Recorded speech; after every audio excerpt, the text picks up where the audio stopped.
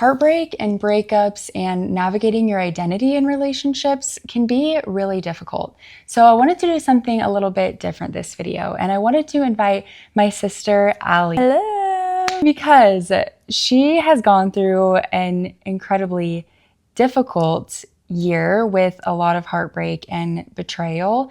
But in my eyes, she's handled it with such grace and resilience. And I know she has a lot to offer people. So with your story. So I wanted to bring her on and talk a little bit about this topic because I've gotten a lot of requests to talk about heartbreak. And I know there's a lot of people right now going through breakups or heartbreak or just trying to navigate that, or even navigating attachment issues within a relationship. That any of that applies to you, then this video is for you. If you're new here, hello, my name is Brielle. I am a licensed therapist. And like I said, this is my sister, Allie. Hi! A wonderful, magical human being. Aww. So if I can take what I've learned, what I've gone through, and make it help somebody else, then that feels a lot more worth it to me. Yeah. I think the chance, not that I want you to have gone through this, I don't at all. But the thing that I've told you is you getting through this and knowing that you can get yourself through something like this is such a valuable thing. You always have that. You always have the resilience. You always have how you handle the situation, how you got yourself through heartbreak and picked yourself back up, and that's going to carry you through every relationship. So I think it's a really valuable thing that you're taking from the experience, even though I would not have wished you to go through all of this year. Absolutely not. But the way you've handled it has been really impressive to me. So thank you. I'm proud of you. I mean, heartbreak is something universal, I believe. I think it's something we all unfortunately have to experience in life. And it is also, unfortunately, what does build resilience. And you can learn a lot from it. You can let it take you down or let it change you, I guess, in a good way. Yeah. I wanted to ask you first, because we've talked a lot about her relationships. Obviously, we're not only sisters, but besties, best friends. Yes. Understatement of the year. Understatement of the year. This is my other half. Yeah. So we reflect a lot just on everything together. But one of the things that we've reflected on, so just kind of a small recap. You went through a breakup for a really long-term relationship, basically a year ago in December. Yeah, around a year ago this time. And then a couple months into this year, you had another situation come up that was a very different kind of relationship and a different kind of betrayal and breakup, honestly. So, and I won't speak for you on that, but just to recap, I know in your last relationship, we've talked a lot about how you kind of lost yourself, lost your identity a little bit in the context of that relationship. What do you think kind of led to you losing yourself in that? And then was there a point where you realized, okay, I'm losing myself? And how did that feel? And how did you kind of move forward from there? I would say at the beginning of the relationship, there were a couple things that happened, major life events, obviously, you know about, that kind of centered them in the relationship from the start, or it kind of put me in more of a caretaker role, I guess. And that's not something I ever saw as a bad thing. I mean, I fell in love with this person. I love this person. I wanted to take care of them, you know, and I think I kind of just had it in my head. My time would come, you know, it would be reciprocated if we got there. But I think it just put us in those roles in the beginning where I've never been somebody who really loses myself in somebody else. Yeah. But I also, this was just a different relationship than I'd ever had before. I felt more connected to this person. I'd just fallen in love in a different way. Throughout the relationship, I think what was so jarring about the realization is that I didn't realize in the relationship.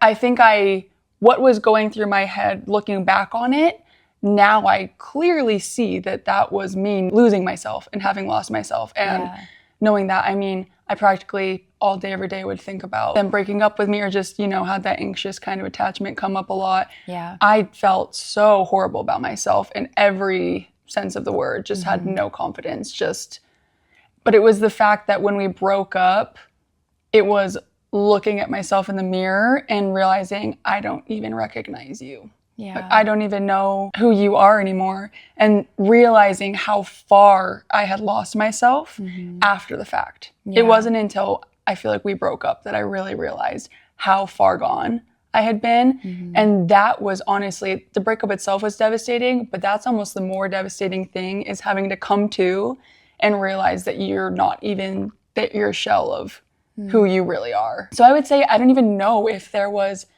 a point at which inside of the relationship that I really realized. But I think if you're having thoughts that are extremely centered around the other person, I mean, every single one of my thoughts was centered around them. I don't think I thought about myself for a single second of a single day. I would agree with that. Yeah, you saw that happen.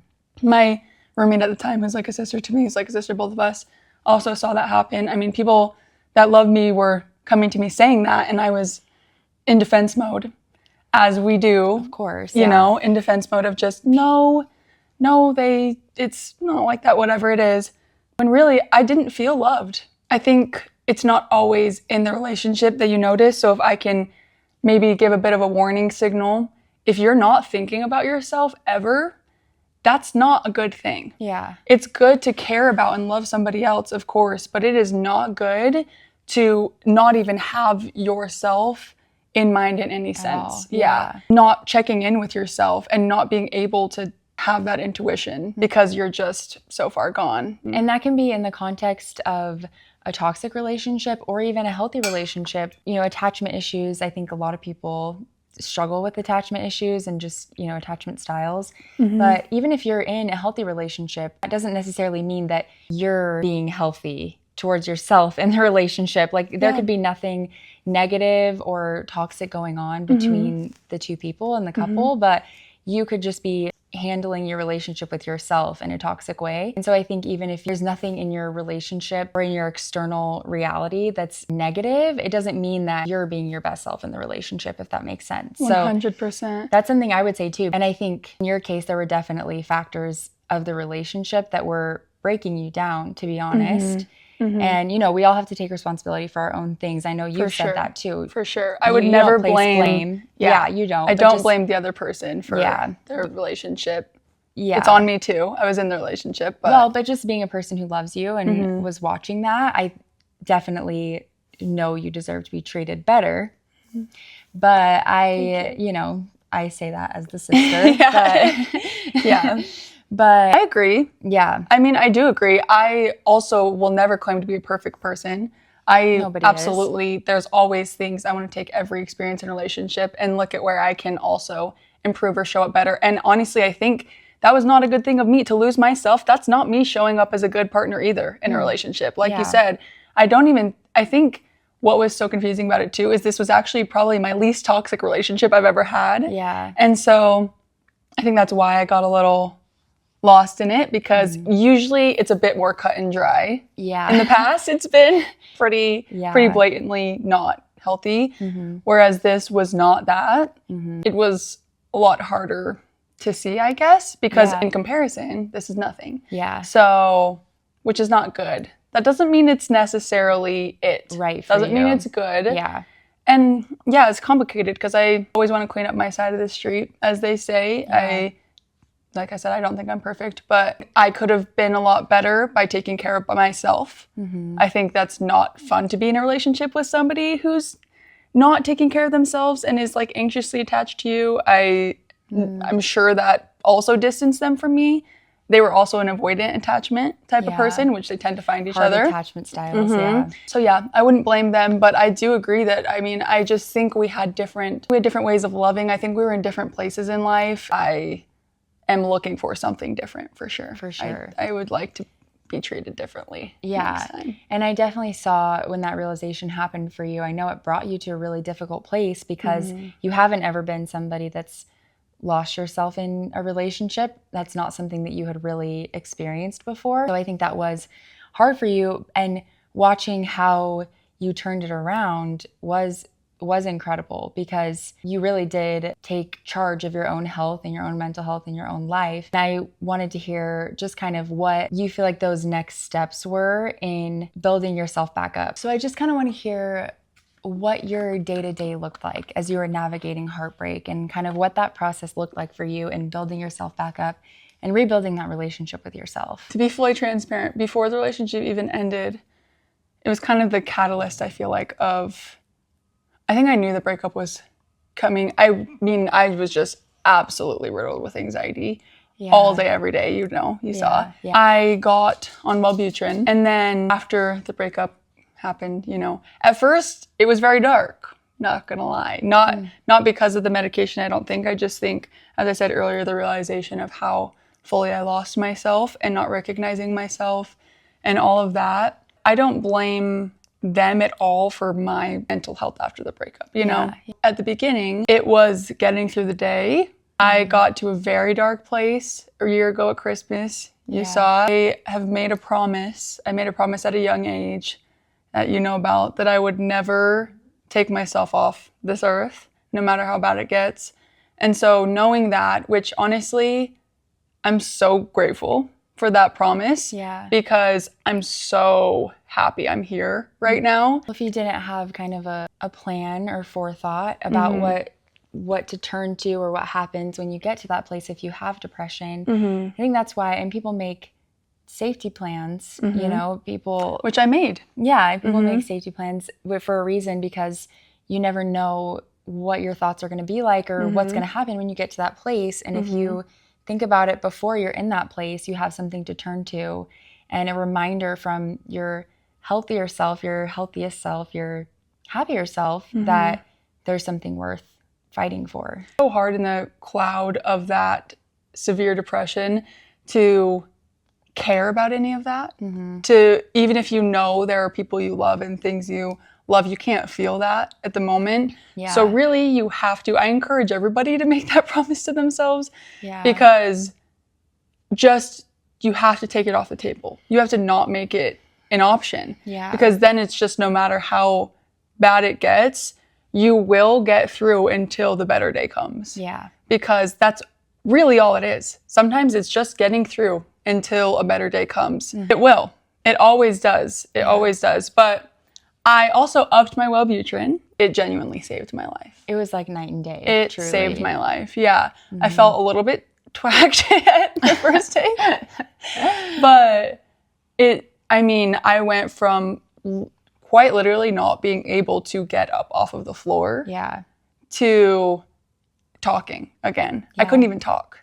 Well, and that's why I think it's hard to be kind of in this space. I'm a therapist, naturally. I am in support of medication. I will always be a proponent and advocate for medication, because medication also completely changed my life for the better. I think people think you either have to be on the holistic side of things and the spiritual side of things, or you have to be on the modern medicine research kind of side of things, and that's just not true. You can meet in the middle. My doggy wants to join. Bear. You can take what works for you. I don't know. I just think that you can open your mind to all different avenues of healing, and it doesn't have to be one thing or the other. I just think we tend to have a very binary view of things sometimes, and I would agree with that for sure. It's hard to find that voice that tells you can be a spiritual person, you can be a person who wants to connect and heal through spirituality, really, or even if you're, a religious person or whatever that may be. And also you can use medication and the tools of modern medicine that we have for a reason. 100%, I agree with that. I think in a lot of ways, we as people sometimes get into a very black and white way of thinking. It just does not have to be like that. I think the best things come from smashing things together, melding different ideologies, because I am not personally a religious person. I would say I am spiritual. That also does not mean I don't believe in modern medicine and what it's done for me, because I very much do. And I was the type of person who I felt like I had to do it myself a lot of my life, most of my life. And you'd been recommending Wellbutrin to me for a long time before I actually started it. And I don't even really know where that comes from. I'm not sure why. Well, I was even scared. I think it's just normal to be scared of something that you don't know, that you haven't experienced. And there are side effects to be aware of with medication, psychotropic medications for mental health. There are side effects to be aware of that they can sound scary, and it really is just about finding the right medication for you and working with a doctor you trust. But I was nervous, and our brother had been on Wellbutrin for a while, and it had changed his life. So I talked to him a lot about it before I got on it. So I think hearing people's experiences is really helpful too, but I'm even a therapist, and I was scared to go on medication because you just don't know. So it is helpful if you know people who are on a medication that works for them, but also seek out those stories if that can also come with some fear mongering. So if you start to feel that, like, everyone's experience is individual. So don't let yourself go down the rabbit hole of fear either. But there are so many positive experiences and stories out there too. For sure. That was a tangent on what you were saying. But well, first of all, you can be anything. You can be a therapist, anything, and still be human. So it's natural to be scared no matter who you are. I was definitely scared. I was worried it would make the anxiety worse. All sorts of things. Yeah. Just it was easier for me to talk to both of you who I know have similar brain chemistry to me. We have the same stuff going on mostly. So, but anyways, that is everybody's own decision to make. But so after I upped that, it was an extreme 180 for me personally. And I combined that with then also talking about things to my loved ones. I feel like opening up a bit more, letting people in. And it was also combined, I am a very stubborn person, as you know. And that can be used for good sometimes because I just got this, once I got a little bit of life back in me, I have a very strong will, I would say, that can just come out sometimes where I made a decision. It was honestly a decision of there is no other way but to get through this. Yeah. So I have to fight like hell and there's just no other option. Yeah. And I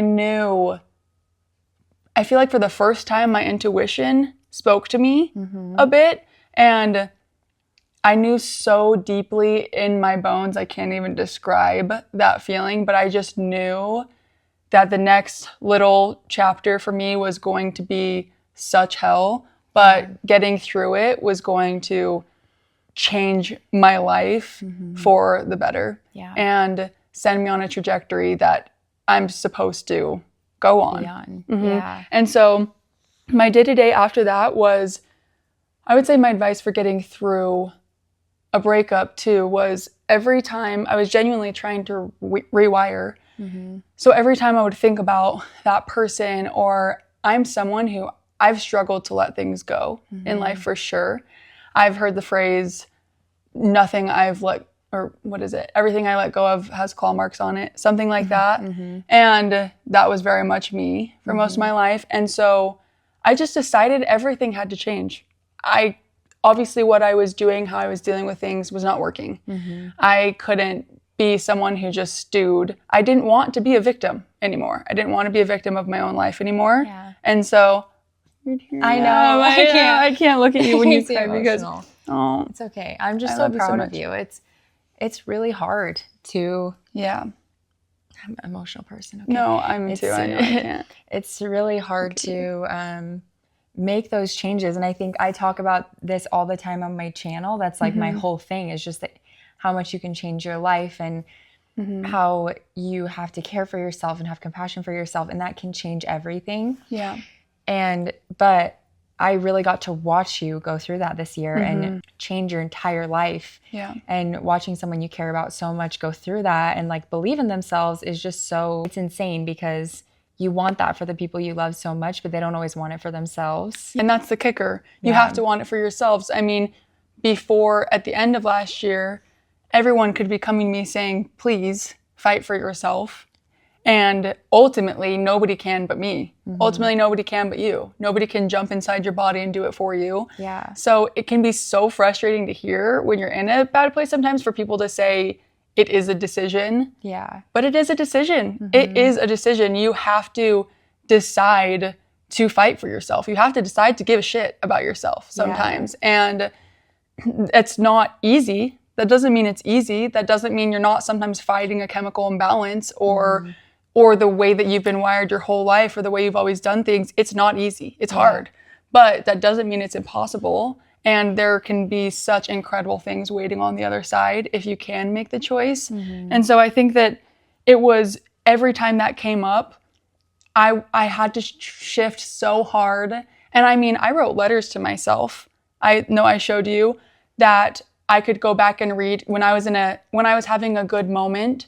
I would write to myself because I knew a bad moment would come again. And so I was writing to myself in my darkness so that when I was in the darkness, I could read that, and I was literally being there for myself. Yeah. I was proving to myself that I have my back, that I hear me and understand me, and I'm going to be there. And I hadn't done that before. Yeah. And so the day-to-day, every time those thoughts came up of my ex or stewing on the situation or something like that, or feeling bad for myself, kind of, is what it is sometimes. It's natural. It's human. Yeah, of course. Or just feeling sad, about whatever. I shifted to, okay, let me instead imagine what I do want. Let me imagine what that might feel like. And just going there every time, that was the easiest I've been able to work through something or get over something, because, and it still took time. I am a deep feeler and a deep lover. And it's also annoying to hear time heals all wounds, but it's the truth. Yeah. It does take time sometimes, but I feel like just as much as time, it takes self-compassion. I would say self-compassion has changed my life many times in the biggest way. Yeah. Because whatever you're going through, if you have compassion for yourself, if you're there for yourself, it makes the entire world of difference. It does. Then if you're shaming yourself, judging yourself for still thinking about it, still being there, still feeling that, whatever it is, that will completely change the way that you heal something. Yeah. But the day-to-day started from a choice of, I cannot get to this place again. So something has to change, and I am the only one who can change it. Yeah. So day-to-day was a strength, I feel like, coming from, I don't know where. Yeah. I don't know where. Well, I think I actually am planning on making a whole video about this concept too, but I've been thinking about it a lot, how our limitations are so stubborn. Like, we're so stubborn about our limitations. We get so stubborn and defensive of the things that hold us back. If people try to tell us something, you can do it, you got this, weren't you caring more about yourself? Then you have so many excuses, so many limitations, and we're so stubborn about them as humans. Maybe it's just our bloodline. I don't think so. I think it's most people, but I know our bloodline for sure. Our bloodline is very stubborn, and we just get so stubborn about our limitations. And I think I had this kind of switch moment of, why am I not being as stubborn about my goals and my dreams and the person I want to be and the life that I want? Why am I not applying how stubborn I know I can be to make things better for myself? Why am I only using and harnessing that stubbornness to make things harder on myself and worse? So use it for good. Yeah. You have to choose, because that's the thing. It's the same thing. It's stubborn either way. So why not stubborn for good instead of stubborn for what I can't do? Why not stubborn for, no, actually, I'm going to do it. Yeah. I'm going to do it. Yeah. So, and there is nothing that can stop me, that can hold me back, that can change my mind. I'm going to be, I told myself, I'm going to become so solid in myself that it is impossible for somebody to shake me like that again. Yeah. Or for me to lose myself like that again. I think the universe was really hell-bent on testing that, Zona. Yes, because next, we've gone over how you're feeling in that big breakup, and then a little bit into this year, you had another situation come into your life, and it was, by a lot of accounts, a really beautiful relationship, a really good relationship with a really seemingly good person. Yeah. And I don't know if you want to take it from here and just give a little as much overview as you want. Yeah. I had this person that I had known from years before. I had known for years. But so we had a connection when we first met, but it was a scenario where neither of us, we couldn't be together. Yeah. Come back out into the world after this relationship where I was kind of hidden away from the world for a long time, and run into her again. There's what it seemed like, and then what was actually happening, that are very different worlds that I did not know until much after the fact, which is, I guess, the whole point of this. But what it seemed like was, this person came back into my life, told me that there was opportunity for us. Yeah. Our relationship did develop from there. Got to a point where, yes, I thought they were single. And we had a whole to me, relationship that honestly ran extremely deep. I fell deeply for this girl. She had convinced me of the same. Then it ended in an extremely... It was a huge betrayal. A betrayal that, the thing is, if I had been betrayed, which I have been, by other people in other ways, there's times where you kind of know they have it in them. You know, like you could see it coming. This was one where I maybe ignorantly did not see coming. I did not either. It went from I love you, this is it type of thing to getting a text message that I'm back with who I thought was her ex, but it wasn't even back with, it was weird. Anyways, it was, I'm blocking you. It's best I block you and shut this door forever. Out of nowhere, a person that had been saying they were going to spend their lives together. Yes. Like, blocks her with no explanation. Yes. I found out weeks later that they had never broken up. Pretty much I found out later that whole relationship, she was living a double life. Yeah. Long story short, that was a deeper heartbreak for me, honestly. Yeah. It was a much bigger betrayal. Mm-hmm. And I was more okay because I had my back. I mean, the second it happened, I was shocked. I was confused. I was heartbroken.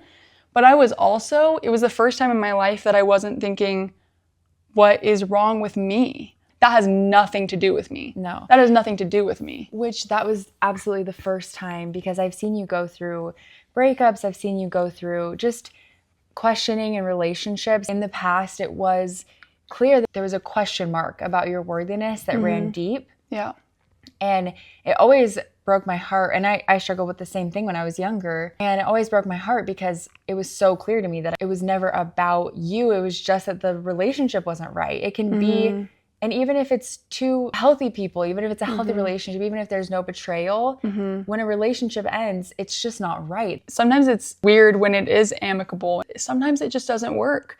Sometimes love isn't enough. There are other ways that you do have to kind of align with somebody. Yeah. It's a choice you have to make to commit to somebody as well. There's a lot of other things that play into it. Yeah. And sometimes it's just not right. But let me tell you, if you would have told me a year ago or 2 years ago, whatever, that all of this was coming, I would have thought that you were clinically insane. But, and I would have never believed you. But I mean, even if you were to tell me when I was in either of those things what the end would be, especially the last one, I would think that you were on something. But I could not be more grateful that I'm not with either of these people. And that takes time and perspective sometimes. If you right now are going through it and you're just devastated and thinking, how could this be the case? You thought it was that person, whatever it is, even if it isn't some crazy, huge betrayal, or if it is, I promise you, something is coming that you will look back and think, what would my life be if that was still my reality? Yeah. What would my life be if I was still with that person? Because naturally, too, in relationships and when there's love involved, you make concessions for the other person because it's a partnership. It's a relationship. You love the person and you want to make them happy too. And you have to think about yourself, like we've talked about.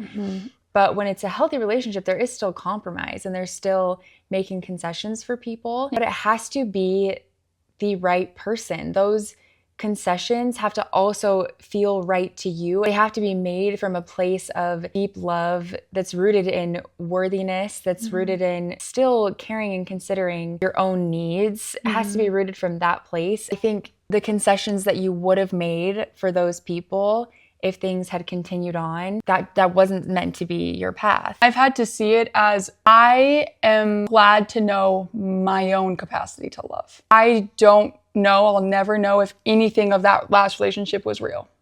I will have no idea. And to me, that was what I thought I was the most deeply seen and loved, honestly. And I'll never know if that was even true.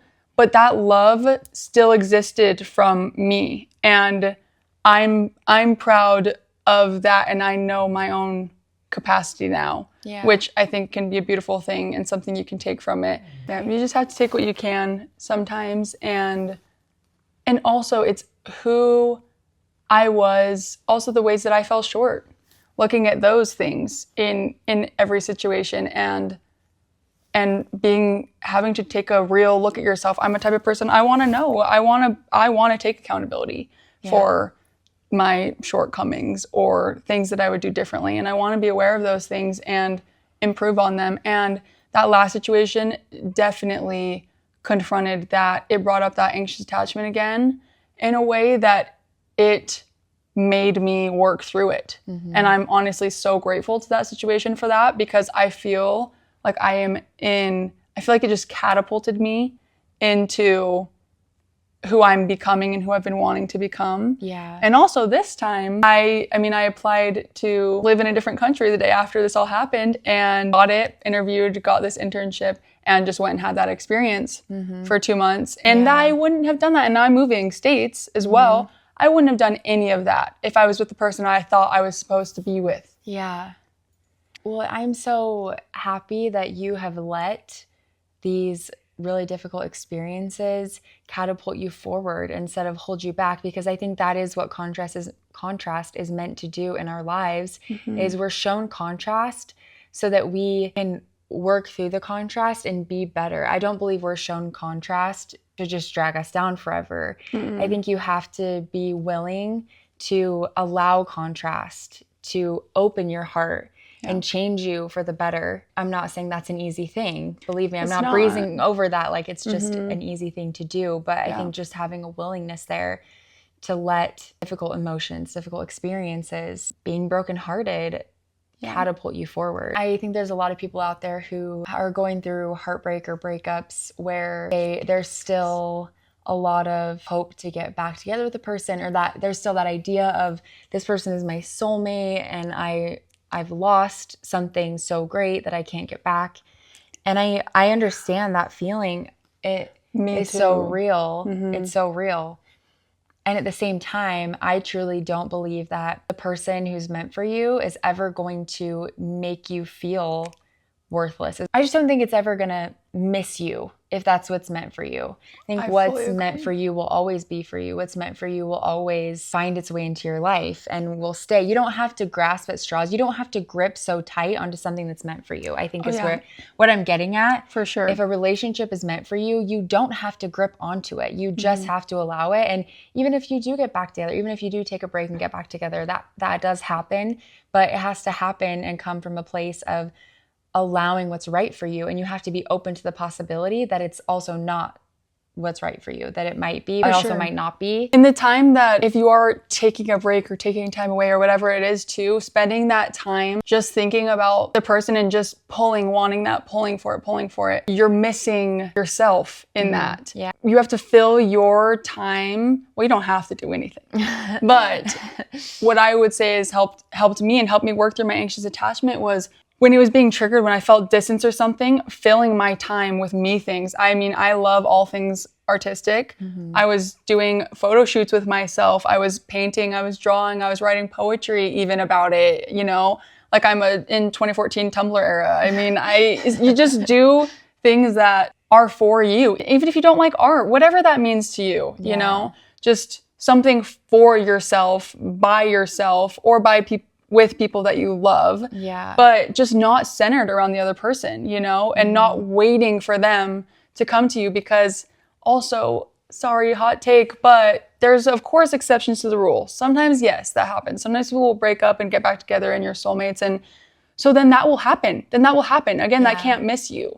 You know, don't waste your time worrying about it, pulling for it. I personally have taken the claw marks out of everything I let go of now. I put my hands up, and that has been one of the hardest things and the biggest things I've learned this year is learning to let go. I think that is huge. But also think, like you said, somebody that's meant for you, I'm sorry, people being like, but they'll change, but what if they just became that person? And it's hard because it's love.